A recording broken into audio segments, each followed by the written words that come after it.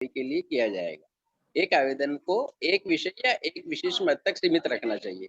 तो इसमें आप लोक सूचना अधिकारी को अंतरण की कोई आवश्यकता ही नहीं पड़ेगी, उसी से रिलेटेड होगा। लेकिन एक आवेदन में हम विभिन्न विषयों से अलग-अलग योजनाओं या कार्यक्रमों के बारे में पूछ लेते हैं, जो लोक सूचना अधिकारी के पास संधारित नहीं है, तो फिर वो अंतरित करता है।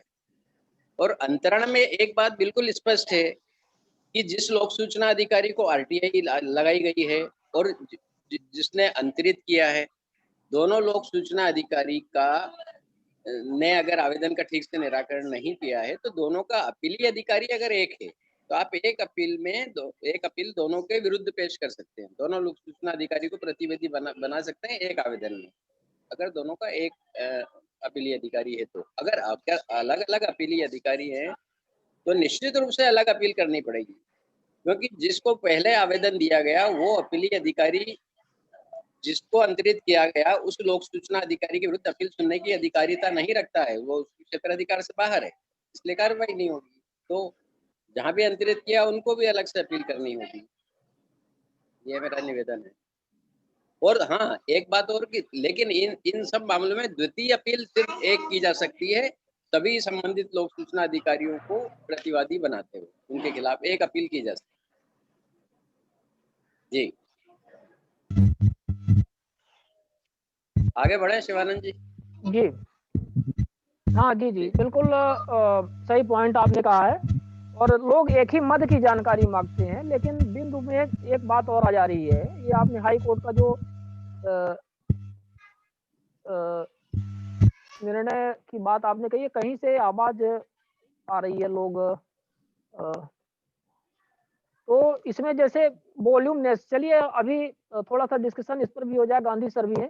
सर वॉल्यूमनेस की क्या डेफिनिशन है? वॉल्यूमनेस कैसे अपन डिफाइन करेंगे? कई सारे लोग कह देते हैं जैसे मान लीजिए सपोज़ करिए, हम एक पंचायत की जानकारी माँग रहे हैं।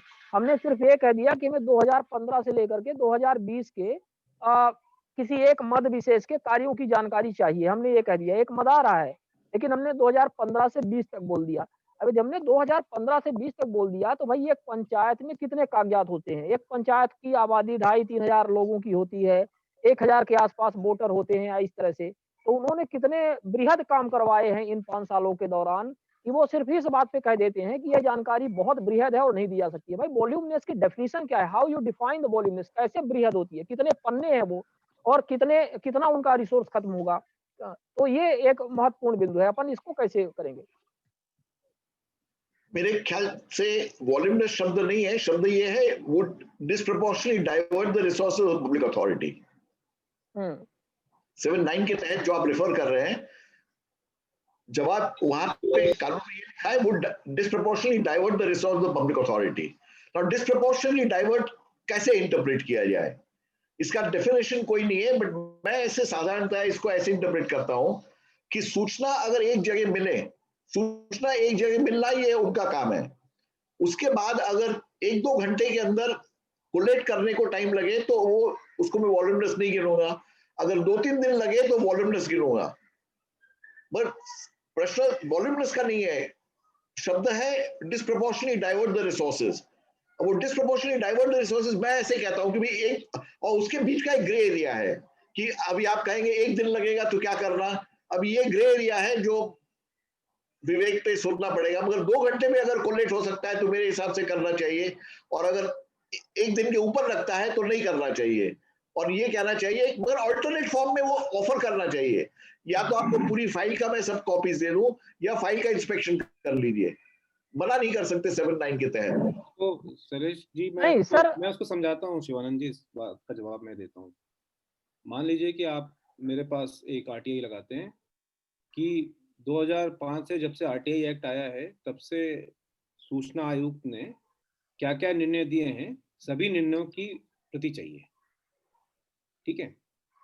अब हमारे पास 2 स्टाफ है, अब वो 2 स्टाफ मैं रोज उनकी कॉपी निकलवाने के लिए बैठा दूं उनको, फोटो कॉपी, पूरी जानकारी, पहले तो पेजेस गिनेंगे सबसे पहले, तो वो जो जितने आपके प्रकरण होंगे, मान लीजिए कि अगर पूरे सूचना आयोग में ही वो 10,000 प्रकरण है तो वो 10,000 प्रकरणों के सारे पेजेस गिनेंगे, पेजेस गिन करके उनको काउंट करेंगे, फिर आपको वो इशू होगा इतना रुपए जमा कराए, फिर उसके बाद जो हमारे 2 स्टाफ हैं, वो अगर हमारे पास मान लीजिए 500-600 प्रकरण है, तो वो 600 प्रकरणों की सबकी उसकी फोटोकॉपी बनाएंगे बैठ करके। और हमारा काम क्या है सूचना आयोग का, जैसे सारे डिपार्टमेंट है, सभी डिपार्टमेंट का अपना काम है, जो भी उनका मूल काम होता है वो है। हमारा काम ये है कि हम आपके निर्णय और अपीलों की सुनवाई करें। अब आरटीआई एक्ट ने ठीक है, ये आपको अधिकार दिया है, ये स्वतंत्रता है, लेकिन इसीलिए उसको बैलेंस भी करने की जरूरत है। अगर ये हम अपना ये सारा काम छोड़ के सिर्फ फोटोकॉपी करने लग जाएंगे, तो हमारा जो मूल काम है वो पूरा बाधित हो जाएगा। तो इसमें ज्यादा बेटर ये है कि ट्रांसपेरेंसी, जो मूल मंत्र है ट्रांसपेरेंसी, आप उसकी आत्मा को समझिए, जो अधिनियम है उसकी आत्मा को समझिए। और मुझे लगता है कि ऐसे मामलों में मैं सीधे जो अपील करता हूँ उनको बुलाऊंगा, इनवाइट करूंगा, भाई ये आप फाइल देख लीजिए, आपको लग रहा है ये आरटीआई सिर्फ शौक के लिए नहीं है कि आपने अधिकार मिल गया है तो फाइल कर दिया और सारी जानकारी मिलती रहे। एक रिस्पॉन्सिबिलिटी भी है, आपको ये भी देखना है कि ये आप ही का विभाग है, आपको देखना है कि वो रिसोर्सेज जो शैलेश गांधी जी बोल रहे हैं कि डिस्प्रपोर्शनेटली डाइवर्ट ना हो, तो वो भी देखना है। तो ऐसी स्थिति में अपील करता स्वयं आए, वो देखें वहां पर रिकॉर्ड को, और जो उनको चाहिए वो रिकॉर्ड वो ले लें जो उनके काम का है। तो ये चीज एक उसको वो एक धारणा रहती है जिसके तहत कोई भी विभाग जो है वो काम करता है, या सूचना आयोग भी कभी कोई निर्णय लेता है तो वो इसीलिए काम करता है। अब जैसे आत्मदीप जी ने ही वो निर्णय एक बार सुनाया था, वो बड़ा हिलेरियस था। वो क्या था आत्मदीप जी, आपने वो किसी ने क्या मांगा था, वो भू राजस्व वाला क्या मैटर था, वो बताइएगा जरा। वो आपका आवाज, आपकी आवाज नहीं आ रही है।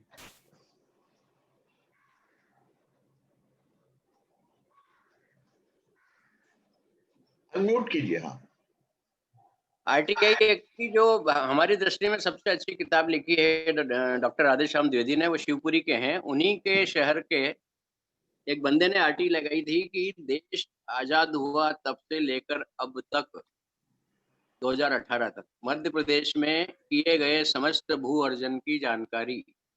फिर अलग अलग बिंदु थे बहुत सारे कि किस उपयोग के लिए भू अर्जन किया गया, उस उपयोग में लाई गई कि नहीं, नहीं लाई गई तो क्या हुआ, क्या जमीन लौटाई गई, मुआवजा कितनों को दे दिया, कितने के मामले कोर्ट में हैं, जो शिकायतें मिली वो उनकी कॉपियां, उन पे क्या कार्रवाई हुई, वगैरह वगैरह। ऐसे करीब 50-60 बिंदु उन्होंने और उपबिंदु मिला के लिखे थे। तो वो जानकारी जुटाना किसी के लिए भी संभव नहीं था उतनी ज्यादा। तो हमने उसमें अपीलार्थी को सबक देने के लिए आदेश ये पारित किया।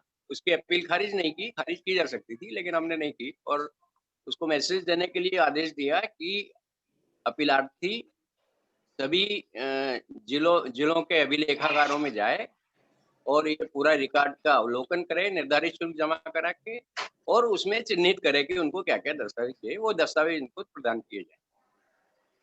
वो एक भी जिले का रिकॉर्ड का अवलोकन नहीं कर पाया 1947 से लेकर 1918 नहीं, 18 तक। वो तो ठीक है सर, बिल्कुल, ये बहुत ही ये आपने बात कही थी।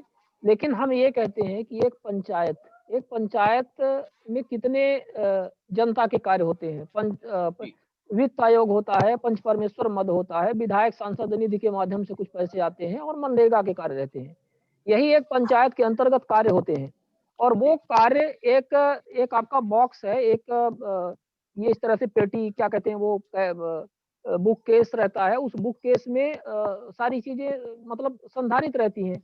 तो क्या इतना एक पंचायत के कार्यालय में, जैसे इनको लोक सूचना अधिकारी सचिवों को बना दिया गया है, और पंचायत का ही मुद्दा हमेशा आता है क्योंकि ज्यादातर समस्या यहीं पे हो रही है, बहुत सारी आरटीआई लोग सवाल ये भी तो उठता है ना शिवानंद जी की जो पंचायत में पंचायत पोर्टल चलते हैं उस पे भी कई जानकारियां उस पर रहती हैं अवेलेबल, उससे वही जानकारी रिपीटेशन क्यों होना चाहिए?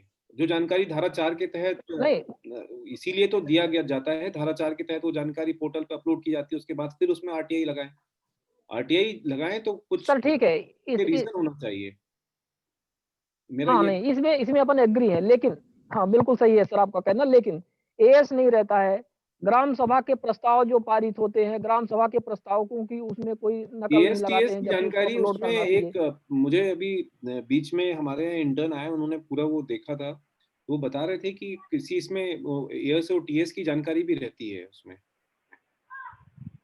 सर वो लिंक कृपया आप शेयर करवाएंगे तो बहुत अच्छा रहेगा, क्योंकि वो मुझे पंचायत विभाग से भी नहीं मिली है, या किस तरह से एक आदेश दे दें ये सर्कुलर जारी करवा करके बताएं लोगों को, क्योंकि एएसटीएस की सिर्फ ये रहता है कि एएस क्रमांक क्या है, इसका टीएस क्रमांक क्या है और आप स्वीकृत एक बार दिनांक कृष्णा क्या है से, किसी भी राज्य कृष्णा का। जो है, जो आप जानते हैं कृष्णा को, आप जो कृष्णा भी- कृष्णा इसमें है शायद, कृष्णा जुड़े हैं क्या?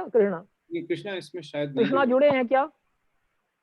नहीं जुड़े लेकिन थे, आप जी सर, कार्यक्रम में हेलो। जुड़े थे, अभी ना हो। जी सर, हाँ हेलो हाँ सर, हेलो, नमस्कार सर। हाँ, सर ये उसमें जो टीएस की जानकारी कहाँ रहती है? पंचायत सर उसमें एएसटीएस की pulley number, bill voucher number, ये सब कुछ रहता है, बस उसमें मतलब जो टीएस एएस उसमें क्रमांक रहता है, जो पर्टिकुलर जो होता है। क्रमांक से कुछ नहीं होता है कृष्णा जी। टीएस होता है टेक्निकल सैंक्शन, पूरा जैसे पुल बनना है तो पुल की लंबाई कितनी रहेगी, चौड़ाई कितनी रहेगी, उसका नक्शा कितना हाँ, है, लंबाई चौड़ाई कितना नहीं उसमें रहती उसमें। मटेरियल, किस प्रकार का हाँ, तो अपन ये कह रहे हैं कि वो टीएस की जो पीडीएफ फाइल रहती है 6-7 पन्ने की, हर एक कार्यक्रम की रहती है, 4 से 5 पन्ने, 6-7 पन्ने उसके हिसाब से रहता है, तो वो भी उसमें अपलोड रहनी चाहिए ना, उसकी भी लिंक दी जानी चाहिए। जब तक आपको उसका एस्टीमेट नहीं मिलेगा, आपको उसका प्राक्कलन नहीं मिलेगा, तो आप किसी भी कार्य के प्रति कैसे क्वेश्चन उठा सकते हैं हवा में? सिर्फ आप ये कह सकते हैं कि इसका टीएस क्रमांक ये, एएस क्रमांक ये, स्वीकृत राशि इतनी है और इसमें अनियमितता हुई है, ठीक है, क्योंकि आपने फिजिकल वेरिफिकेशन कर लिया, आप अपनी पंचायतों में है।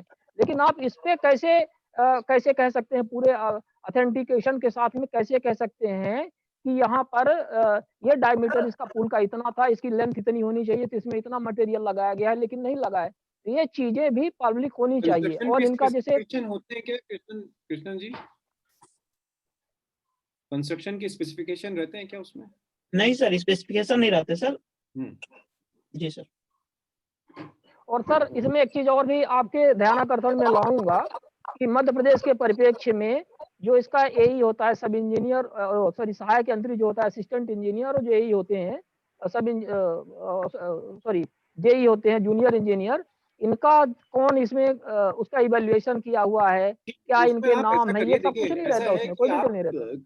कृष्णन के साथ आप एक बार मीटिंग कर लीजिए और ये सब डिसाइड कर लीजिए। उसमें जो बेसिकली इनकम्प्लीट इंफॉर्मेशन की बात हो रही है कि जैसे उसमें जो बढ़ाई जा सकती है, तो उसमें एक एक करके उसको बढ़ाया जाना चाहिए। जैसे आप स्पेसिफिकेशन की बात कर रहे हैं, आपको लग रहा है कि कंस्ट्रक्शन में स्पेसिफिकेशन देंगे तो फिर थोड़ी मदद होगी, तो वो जो जानकारी है वो डॉक्यूमेंट अपलोड हो जाए उसमें, तो उसकी व्यवस्था की जा सकती है। तो आई थिंक उसकी व्यवस्था की जा सकती है। तो मुझे लगता है कि इसमें आप लोग अगर वैसा करेंगे तो उसके हिसाब से फिर हम लोग उसको आगे ले आ सकते हैं। जी सर। तो उसमें जो सर इस तरह की प्रॉब्लम बहुत सारी आ रही हैं, क्योंकि ज्यादातर एप्लीकेंट आपके ग्रामीण क्षेत्र बहुत से हैं, सारी तो जो ग्राम प्रॉब्लम है पंचायतों की उसको, बहुत समस्याएं बहुत आ रही सारी हैं। जो प्रॉब्लम है उसको शिवानंद जी एक एक करके सॉल्व करेंगे।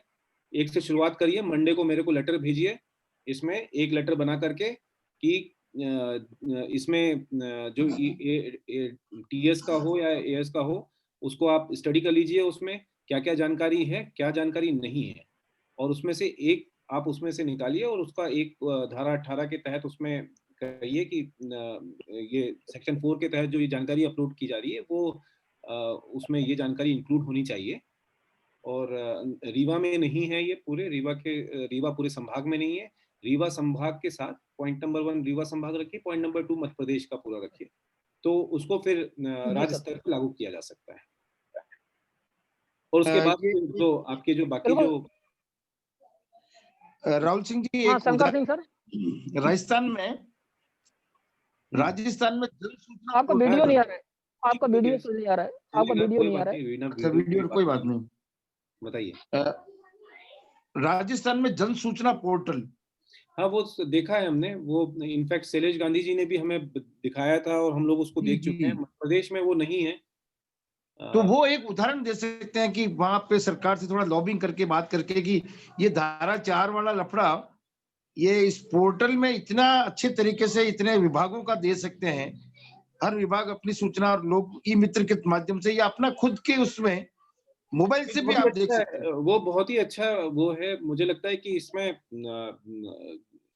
आत्मदीप जी को मैं कहूंगा, क्योंकि वो आप सरकार से उसको अपने स्तर पर जो है वो इस बात को रख सकते हैं कि जिस तरह से राजस्थान में चल रहा है, और राजस्थान में काफी अच्छा काम हो रहा है जनसूचना पोर्टल के माध्यम से, वैसे ही अगर व्यवस्था हो जाए तो कुछ सूचना आयोग का बोझ भी थोड़ा सा कम होगा।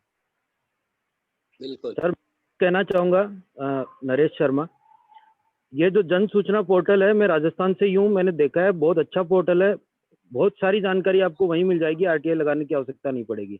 जी हाँ, इसके इसके अलावा सरकार ने कुछ जन भागीदारी बढ़ाने के लिए, ट्रांसपेरेंसी बढ़ाने के लिए गांव में जितने भी विभागों के काम होते हैं, चाहे वो उप स्वास्थ्य केंद्र हो, चाहे वो विद्यालय हो, चाहे वो पशु चिकित्सालय हो, चाहे उचित मूल्य की दुकान हो, सब जगहों पे सतर्कता समितियों का गठन करवाती है। और सरकारी कर्मचारी जो वहां पे होता है वो वहां के कुछ 2-4 लोगों को पकड़ के और एक सतर्कता समिति बना देता है। वो उन्हीं लोगों से मिलता है, उन्हीं लोगों को सतर्कता समिति में रखता है जो उसके मददगार होंगे, जो सूचनाएं बाहर नहीं करेंगे। तो ऐसे में हमें आरटीआई लगा रहे हैं वो अच्छा है। उसके साथ साथ आरटीआई में चाहे तो हम आरटीआई लगा के पूछ सकते हैं, उनकी मीटिंग होती है हर महीने। जैसे कि उदाहरण लेता हूं मैं, ऐसे सारे विभाग हैं, सब में है, मैंने वेबसाइट पे जाके देखा है सबके पे। लेकिन एक स्वास्थ्य विभाग का 15,000 का करीब एक बजट आता है, जो स्वास्थ्य गांव में साफ सफाई में पैसा खर्च कर सकते हैं, कहीं सोख का कुआं बना सकते हैं। इन सब का जो नर्सिंग स्टाफ होता है वो ही उसको यूज करता है, और गांव में कहीं कुछ काम नहीं होता, वो सारा पैसा हड़प जाते हैं। लेकिन वो सब पैसा खर्च करने के लिए गांव के कुछ 2-4 लोगों के उनको हस्ताक्षर करवाने पड़ते हैं, वो गांव के लोग ही हस्ताक्षर करते हैं। तो ऐसे में अगर हम आरटीआई लगा के अगर वो जानकारी गांव में सार्वजनिक करें कि गांव के ये 4 लोग ऐसे हैं जो गांव के हक का पैसा आता है वो सरकारी कर्मचारी खाते हैं, उनमें ये मददगार हैं, तो ऐसे में जब गांव को पता लगेगा कि सतर्कता समितियों का ऐसे गठन होता है तो वो भी उसमें सब पार्टिसिपेट करेंगे, तो आरटीआई लगाने की आवश्यकता नहीं रहेगी। हर डिपार्टमेंट में गांव के कुछ जागरूक लोग होंगे तो वो सब सूचनाएं गांव में पहले से ही अवेलेबल रहेंगी। ये उचित मूल्य की दुकान है, वहां भी गांव के लोगों का सतर्कता समिति है। अगर प्राथमिक स्वास्थ्य केंद्र देखेंगे वहां पर भी है। हर एक डिपार्टमेंट में सतर्कता समितियों का सरकार गठन करवा रही है, लेकिन गांव के लोग ही उनके मददगार होके उनके विरोधी बन जाते हैं, उसका जो उद्देश्य है वही खत्म हो जाता है। तो ऐसे में हम बहुत ही महत्वपूर्ण आपने बिंदु रेज किया हुआ है। यही हर पंचायत में चल रहा है, हमारी पंचायत में भी यही चल रहा है, पूरे मध्य प्रदेश में यही चल रहा है। सरपंच सचिव के, पंचायत के कर्मचारियों के कुछ गिने चुने लोग होते हैं जिनको मनरेगा के अंतर्गत मजदूरी में रखा जाता है।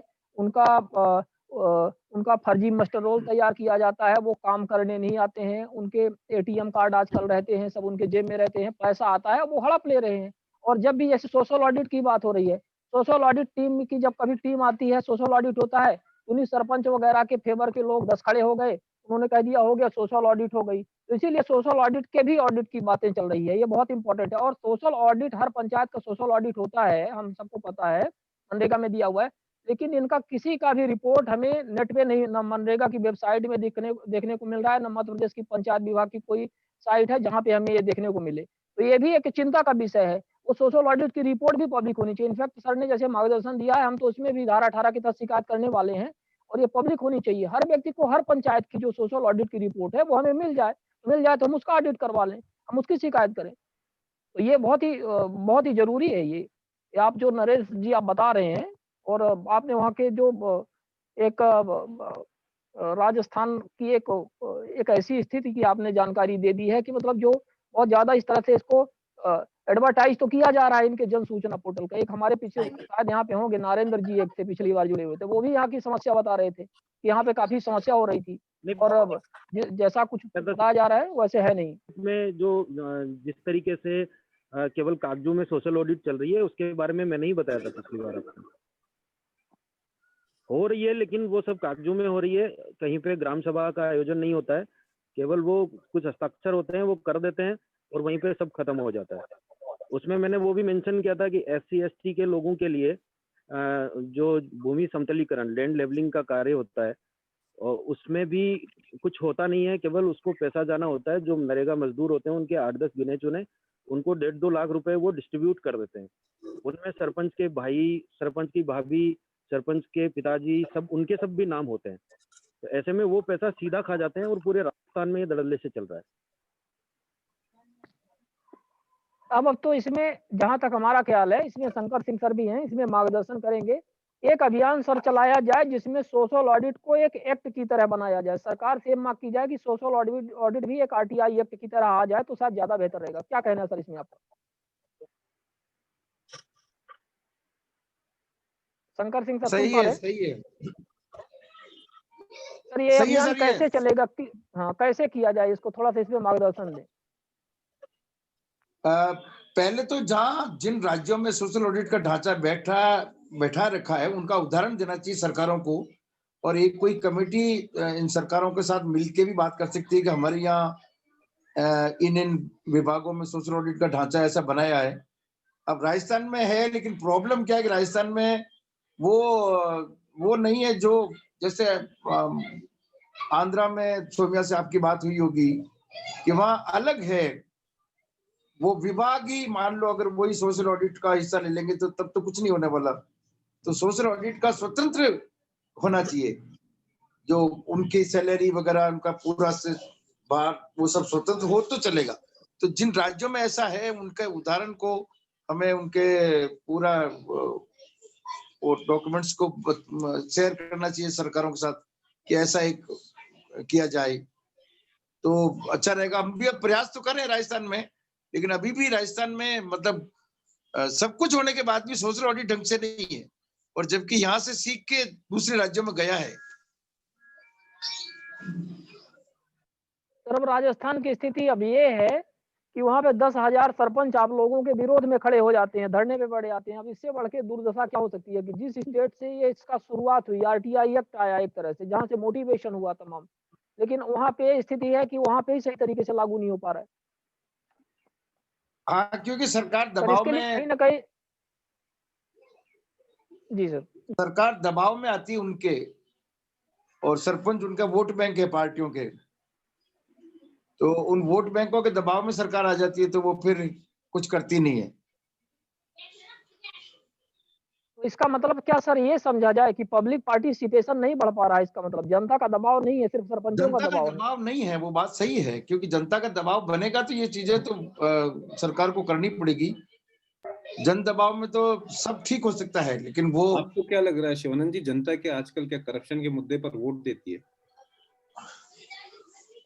नहीं सर, वो तो एक अजीब सा पता नहीं कहाँ से चुनाव के दरमियान एक मुद्दा आ जाता है और वो कैसे लोगों का दिमाग हाईजैक कर नहीं, लेता है, उस पर बिल्कुल कभी समझ के वोट भी परे नहीं रहता होता है।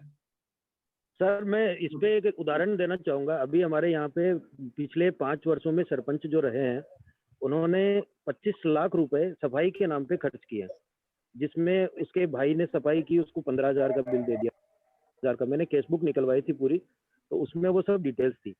अभी 5 साल के बाद में अभी सीट चेंज हो गई, इसलिए वो चुनाव नहीं लड़ सका।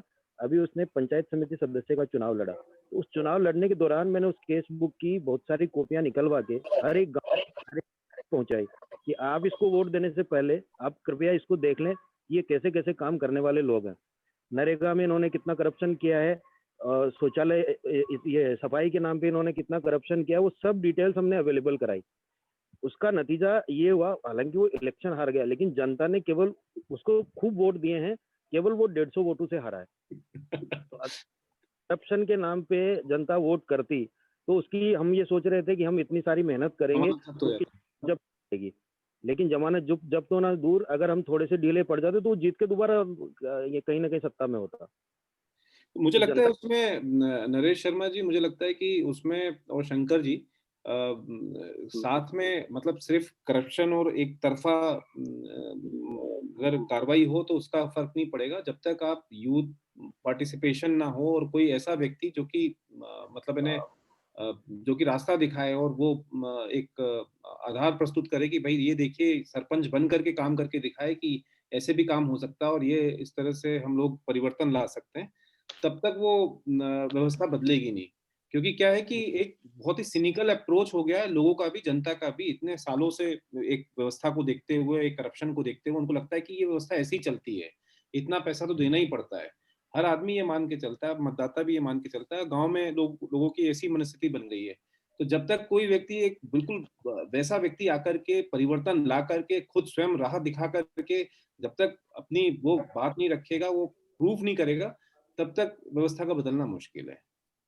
वैसा कोई सही करे। कह अब शिवानंद जी आप हैं, आपसे बड़ी आशा है, आप करिए उसमें वहां पर पंचायत में आप जुड़िए और वहां पे बदलिए, वहां पे शुरू, वहां पर उसको वहां से शुरुआत करिए, तो हो सकता है कि चीजें। सर हाँ, सही कह रहे हैं आप। बिल्कुल, हम तैयार कर रहे हैं मतलब लड़कों को जो इस तरह से सरपंची का चुनाव लड़ेंगे और आस-पास की कई पंचायतों में और तमाम मोटिवेट हो रहे हैं काफ़ी। लेकिन मुझे लगता है कि मुझे सरपंची के चुनाव से बाहर ही रखा जाए तो बेहतर है। नहीं, नहीं, मतलब मैं कह रहा हूँ कि आप वो जो आप करवा रहे हैं, भले ही आप हाँ, करवाइए लोगों से, लेकिन नहीं, नहीं जब तक करवा व्यवस्था रहे हैं सर, व्यवस्था करवा रहे हैं। बदलने की स्थिति में आप नहीं लाएंगे लोगों को, और लोगों को जब तक आप एग्जाम्पल हमारे मतलब हमारे सर आपके सामने एक हमारे सर रीवा करने में के लिए होना चाहिए ना। एक गांव वाला जब देखेगा कि अरे साहब आदत तो ग्राम होना चाहिए सर। ग्राम पंचायत में देखिए, सर, हम आदत किसको बताएं शिवानंद जी, हमको आदत बताने के लिए हाँ, भी तो कोई चाहिए कि देखिए शिवानंद जी ने इतना अच्छा काम कर दिया, तो कोई तो पब्लिक अथॉरिटी, कोई तो लोक सेवा कैसा हमको मिले। आएँगे। नहीं एक्चुअली नित्यानंद जी इसमें एक बात है मतलब लड़के जो हैं नए-नए लड़के बहुत ज़्यादा मोटिवेट होकर के आए हुए हैं और इसका इस अभियान का एक ये पॉजिटिव फैक्टर रहा है कि हमारे रीवा संभाग में ही नहीं तमाम पूरे खैर अब इतने सारे लोग जुड़े हैं जानते हैं कि मतलब काफ़ी लोग सामने आ रहे हैं और ये जो हमारा जो एक मूवमेंट है ये बहुत आगे की तरफ जा रहा है और निश्चित तौर पे इसमें काफ़ी सुधार होगा। हम लोग सिर्फ़ ऐसा नहीं है कि हम अपने पॉजिटिव चूँकि पॉजिटिव में अपन ज़्यादा बात अपनी अपने आप ही अपने कामों की इतनी प्रशंसा ये सब अपन नहीं करते हैं क्योंकि ये दूसरे लोग करें तो ज़्यादा बेहतर है। हमारा उद्देश्य ये रहता है कि अपन क्रिटिकली लेते हैं चीज़ों को, जो चीज़ें नहीं हो पा रही हैं, जहाँ पे नहीं हो पा रहा है, उसको अपन ज़्यादा स्ट्राइक करने का प्रयास कर रहे हैं, उसको ज़्यादा स्ट्राइक करते हैं। इसलिए ज़्यादा नेगेटिव डिस्कशन ज़्यादा आ रहे हैं, तो वो ज़रूरी भी है, क्योंकि क्रिटिकल व्यू तो हमें रखना ही पड़ेगा हर चीज़ लेकिन के लिए, एक नहीं तो उसमें राजनीति एक सुधार ऐसी नहीं होगा। चीज है शिवानंद जी, उसका इसका भी ध्यान रखिएगा कि कुछ लोग ऐसे थे जिनको देश बहुत बड़े आरटीआई एक्टिविस्ट के रूप में जानते थे, और जैसे ही वो मुख्यमंत्री बने वहां पर आरटीआई को लेकर बड़ी समस्या हो गई, अब वहां जानकारी नहीं मिलती है। सर यही तो प्रॉब्लम है ना, अब इसके लिए क्या करेंगे? वो तो हर व्यक्ति का अपना मोटिव होता है कि उनका मोटिव क्या था उसमें। तो ये तो बहुत ही एक दुखद बात है, कम से कम इस बात को वैसे उन मुख्यमंत्री महोदय ने शिक्षा के क्षेत्र में और हेल्थ केयर के सेक्टर में बहुत अच्छा काम किया हुआ है, काफ़ी उनकी प्रशंसा होती है और वो दिख भी रहा है। लेकिन हाँ, आरटीआई जो उन्होंने जिसको आधार बना करके उस फील्ड में गए थे, उसी को उन्होंने पंगु किया है, ये तो काफ़ी दुखद है वैसे। तो सर हमें लगता है सर कि काफ़ी जी समय हो गया है और जी जी सर, मैं एक और क्वेश्चन रखूंगा कि जैसे ये विकास की हाँ, बात हो रही है, ऐसे ही मैं अपने गांव का अभी स्थिति आपको दिखाया। और ये जो मुख्यमंत्री के यहाँ से मेरे यहाँ पुरस्कार दिया जाता है, शायद यूपी में हर जनपदों में है, और मेरी पंचायत की ये दुर्दशा। और मैंने जो सड़क अभी दिखा रहा था वो 2009 में से मैंने मतलब 14 में हाई कोर्ट से डायरेक्शन भी कराई, और कहीं सड़क नालियां कहीं नहीं बनी। और स्कूल की शिक्षा व्यवस्था तो मैंने दिखाई। तो देखिए ग्राम पंचायतों में स्वच्छ शौचालय, जन समस्याओं का निस्तारण, पंचायतों का ऑडिट, पंचायतों का विवरण रजिस्टर, पंचायतों के आवारा जानवरों हित गौशाला, जबकि कुछ नहीं है और पंचायत को सम्मानित किया गया। ये जबकि ये मेरी भी पंचायत है, इसमें सर ये ग्राम बिलासपुर बांगर 5वें नंबर पर ये नीचे, और 2 लाख सम्मानित किया गया। और आरटीआई लगाओ तो आरटीआई नहीं देते। कभी कभी क्या है कि कोरे कागज भेज देते हैं। जब मैंने अभियान शुरू किया तो कोरे कागज भेजे गए। जब आयोग में थोड़ा प्रकरण पहुंचा तो थोड़े डर बैठा। लेकिन मेरा लास्ट में ये क्वेश्चन था, एक साधारण सा क्वेश्चन है कि जब से कभी कभी लोग खाली भेज देते पीआईओ, तो सर उनको हम किस तरह से, जैसे मैंने कभी कभी तो फिर मैंने ये भी देखा कि वीडियो बनाया लेटर खोलते समय कि अगर दोबारा तो ऐसा नहीं है। ऐसा कोई और किसी एक्टिविस्ट के साथ हुआ और या आयोग अब में तो ऐसी होता है कोई ये, प्रकरण आए कि होता है मेघराज जी, इस तरह के प्रकरण काफी आए हैं और आयोग में उन पीआईओ के अगेंस्ट कार्रवाई भी की जाती है। कोरे कागज भेज दिए जाते हैं, कई बार ये भी होता है। और पीआईओ को पकड़ा भी गया है बीच में। अभी मुख्य सूचना आयुक्त जो है हमारे श्री अरविंद जी, उनसे मेरी बात हो रही थी, उनके सामने ऐसा प्रकरण आया था जहां उन्होंने पीआईओ ने झूठ बोल दिया था। पीआईओ ने कहा है कि इनको हमने सारी जानकारी दे दी है, और उन्होंने एक पत्र भी दिखाया। पत्र में लिखा हुआ था कि ये दस्तावेज ये संलग्न किए गए हैं, कवरिंग लेटर था। जब उन्होंने उसको पूरा पढ़ा तो उन्होंने उसमें वहां पकड़ा कि आपने कितने पेजेस दिए।